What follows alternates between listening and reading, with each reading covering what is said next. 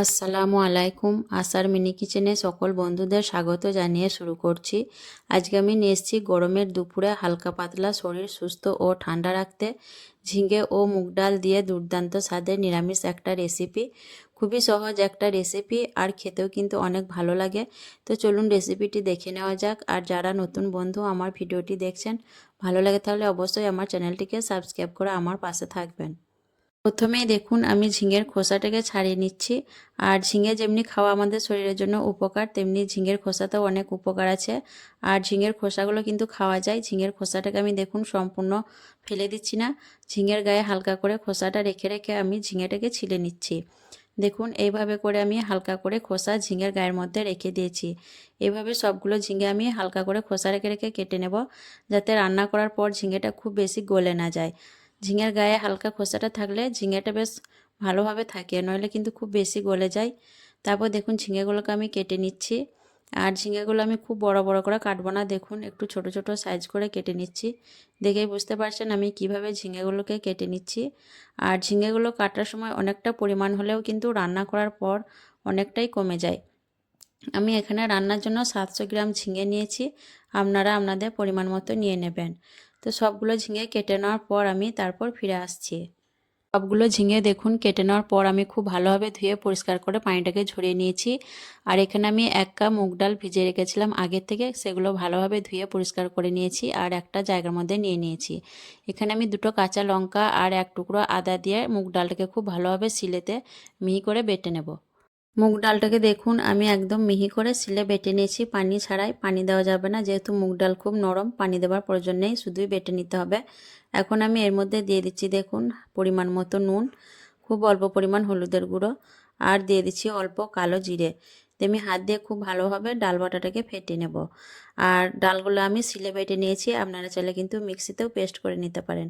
আর পানি ছাড়াই কিন্তু পেস্টটা বানিয়ে নেবেন, নইলে খুবই পাতলা হয়ে যাবে। যেহেতু মুগ ডাল খুব নরম, তার জন্য আমি পানি ছাড়াই ডালটাকে বেটে নিয়েছি। দেখুন খুব ভালোভাবে আমি ডাল বাটাটাকে ফেটিয়ে নিচ্ছি। ডালটা খুব ভালোভাবে ফেটে নেওয়ার পর আমি রান্নার দিকে চলে যাব। রান্নার জন্য আমি গ্যাস অন করে দিয়ে দিচ্ছি কড়াইয়ে পরিমাণ মতো সর্ষের তেল। আর তেলটা আমি একবারেই দিয়ে দিলাম, বড়া ভাজবো আর রান্না করব। আমি তেলটাকে দেখুন হাতা দিয়ে নাড়াচাড়া করে কড়াইয়ের মধ্যে ছড়িয়ে নিচ্ছি। আর রান্নাটা কিন্তু অবশ্যই সর্ষের তেলেই করবেন, তাহলে খুব বেশি স্বাদ হবে। তেলটাকে ভালো করে গরম করানোর পর আমি ডাল বাটাগুলোকে দেখুন একে একে বড়ার আকারে দিয়ে দিচ্ছি। আর সবগুলো বড়া আমার এক ব্যাচেই তৈরি হয়ে যাবে। দেখুন আমি ছোট ছোট সাইজ করে বড়াগুলোকে দিয়ে দিচ্ছি। এখন আমি গ্যাসের ফ্লেমটাকে মিডিয়ামে দিয়েছি। আর বড়াগুলোকে মিডিয়ামে রেখে আমি উল্টে পাল্টে কিছুক্ষণ পর ভেজে নেব। কিছুক্ষণ পর দেখুন বড়াগুলোকে আমি উল্টে পাল্টে একদম লালচে কালার করে ভেজে নিয়েছি মিডিয়াম ফ্লেমে। মিডিয়াম ফ্লেমে কিন্তু বড়াগুলোকে ভেজে নেবেন এইভাবে করে, তাহলে ভিতর থেকে বার অবধি খুব সুন্দরভাবে ভাজা হবে। এখন আমি দেখুন বড়াগুলোকে একে একে তুলে নিচ্ছি। বড়াগুলোকে তুলে নেওয়ার পর এই তেলের মধ্যে দিয়ে দিচ্ছি ফোড়নে 2টো শুকনো লঙ্কা আর সামান্য কালো জিরে। আমি নাড়াচাড়া করে ফোড়নটাকে বেশ ভালোভাবে ভেজে নেব। ফোড়নটা বেশ ভালোভাবে ভেজে নেওয়ার পর দিয়ে দিচ্ছি কেটে রাখা আলু। এখানে আমি 2টো আলু ব্যবহার করেছি। আর আলুগুলোকেও দেখুন খুব ছোট ছোট সাইজ করে কেটে নিয়েছি, ঝিঙের মতো করে। ঝিঙে আর আলু একরকম করেই আমি কেটে নিয়েছি। দিয়ে আলুগুলোকে প্রথমেই দেখুন আমি খুব ভালোভাবে হাই ফ্লেমে ভেজে নিচ্ছি। আর ঝিঙেটা কিন্তু প্রথমে দেওয়া যাবে না, যেহেতু ঝিঙে খুব নরম সবজি, ঝিঙেটা প্রথমে দিলে খুব ভালোভাবে সেদ্ধ হয়ে গলে যাবে আর আলুটা কিন্তু কাঁচা থেকে যাবে। তার জন্য ঝিঙে প্রথমে না দিয়ে আলুটাকে আগে খুব ভালোভাবে ভেজে নিতে হবে। আলুগুলোকে দেখুন আমি বেশ ভালোভাবে ভেজে নিয়েছি, এইভাবে করে আপনারাও আলুটাকে ভেজে নেবেন। এখন আমি এর মধ্যে দিয়ে দিচ্ছি কেটে রাখা ঝিঙেগুলো আর দিয়ে দিচ্ছি 1 চামচ নুন। আমি হাই ফ্লেমে বেশ কিছুক্ষণ নাড়াচাড়া করে নেব। আর এই পর্যায়ে কিন্তু কোনো রকম পানি ব্যবহার করা যাবে না, যেহেতু নুন দিলাম।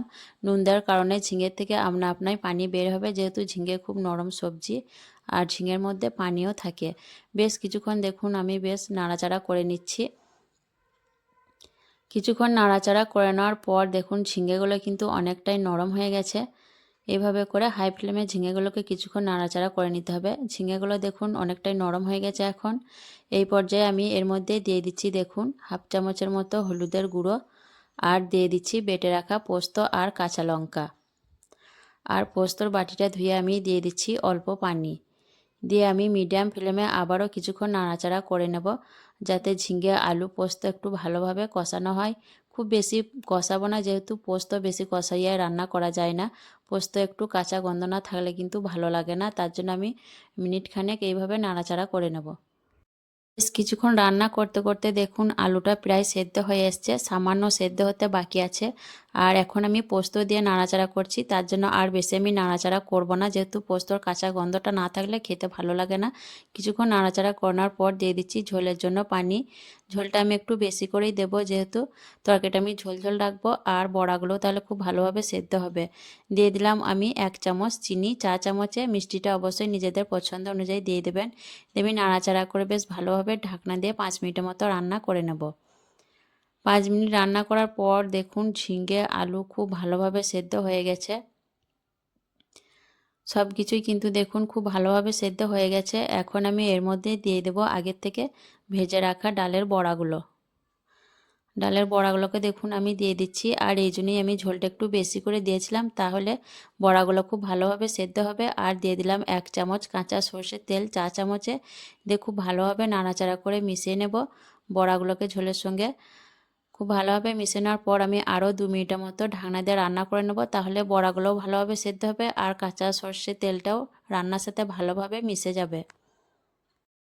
ঢাকনা দিয়ে 2 মিনিটের মতো রান্না করার পর দেখুন ডালের বড়াগুলো কিন্তু খুব সুন্দরভাবে সেদ্ধ হয়ে গেছে আর ঝোলটাও একটু কমে গেছে। এই জন্য আমি ঝোলের পানিটা বেশি দিয়েছিলাম, যেহেতু তরকারিটা ঝোল ঝোল রাখবো।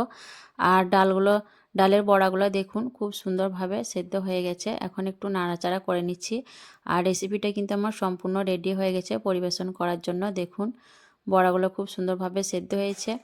এখন আমি আপনাদের গ্যাসটাকে অফ করে দিয়ে পরিবেশন করে দেখিয়ে দিচ্ছি। আর গরমের এই দুপুরে এরকম হালকা পাতলা নিরামিষ রান্না থাকলে খেতেও কিন্তু খুব ভালো লাগে আর শরীরও সুস্থ থাকে, ঠান্ডা থাকে। তো আপনারাও এই খুব সহজ ঝিঙে আর মুগ ডালের এই দুর্দান্ত স্বাদের নিরামিষ রেসিপিটা গরমের দুপুরে বা যে কোনো দিন বানিয়ে নিতে পারেন শরীর সুস্থ ও ভালো রাখতে। আর কেমন লেগেছে অবশ্যই কমেন্টে জানাবেন। ভালো লাগলে লাইক করবেন, শেয়ার করবেন আর আমার চ্যানেলটিকে সাবস্ক্রাইব করে আমার পাশে থাকবেন। আসবো আবারও অন্য কোনো রেসিপি নিয়ে। সকলে ভালো থাকবেন, সুস্থ থাকবেন। আল্লাহ হাফেজ।